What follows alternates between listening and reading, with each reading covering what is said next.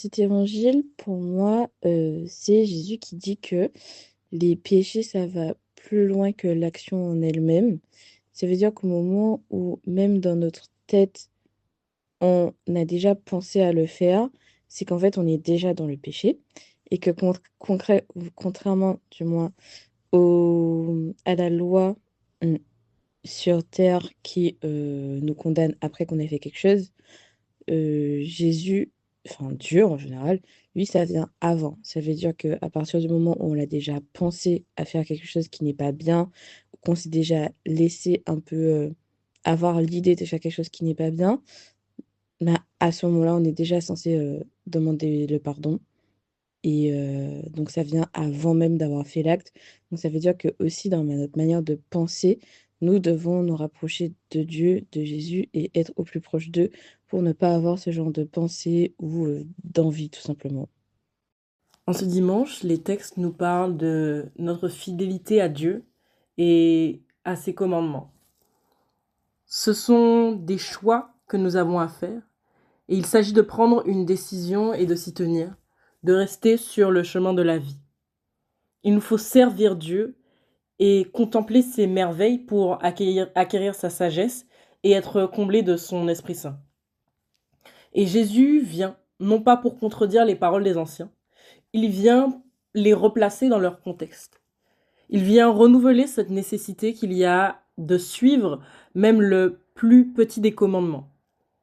C'est là qu'est la grandeur de l'homme, c'est la clé pour entrer dans ce royaume. Et Jésus apporte plus de profondeur à ces commandements que nous connaissons déjà. Il les explique, il les exemplifie. Et c'est le travail de l'âme et du cœur. C'est ce travail de réconciliation qui nous fait gagner du temps à l'heure de notre mort. Et c'est aussi ce travail de concession et de renoncement au péché. Cette décision ferme que nous avons à prendre aujourd'hui. Une décision que nous renouvelons par chacune de nos actions envers nous-mêmes, envers nos frères et envers l'œuvre de Dieu, sa création. Ce sixième dimanche du temps ordinaire, notre Dieu nous rappelle qu'il ne touche pas à notre liberté.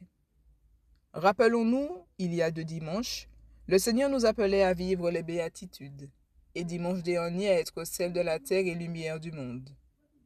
C'est comme si notre papa d'amour nous disait: je t'ai prescrit des choses par l'écriture, à toi de voir, à toi de choisir si tu choisis la vie ou la mort, parce qu'il prend plaisir en qui marche selon sa loi. Nous n'avons pas besoin d'être des savants, mais de bâtir ou de continuer à construire notre relation à lui, à être à son écoute, afin que son Esprit Saint œuvre en nous. Par la grâce de l'Esprit Saint, demandons à notre Dieu de bonté de nous aider à prendre plaisir à vivre dans sa crainte et dans sa sagesse, pour marcher sur le chemin de vie en vivant les commandements et à montrer à notre prochain le bonheur qu'est de vivre selon la parole de la vie. Fais ton choix, parce que mieux vaut un jour quotidiennement dont tes parvis que 1000 ailleurs. Dans cet évangile, Jésus nous dit que ce n'est pas seulement nos actions qui comptent, mais que c'est ce qu'on a dans le cœur. Et c'est vrai qu'on a souvent pris l'habitude de banaliser des choses graves comme jurer. On n'a pas à le faire pour appuyer une parole, pour un oui ou pour un non. Et c'est des choses graves qu'on banalise. Souvent on se met en colère, on fait perdre du poids à nos paroles et à nos actes. Et l'idée, c'est de retrouver la sincérité et de la justesse dans ce qu'on pense, dans ce qu'on dit et dans ce qu'on fait. La citation de ce dimanche est de Saint Jean Chrysostome.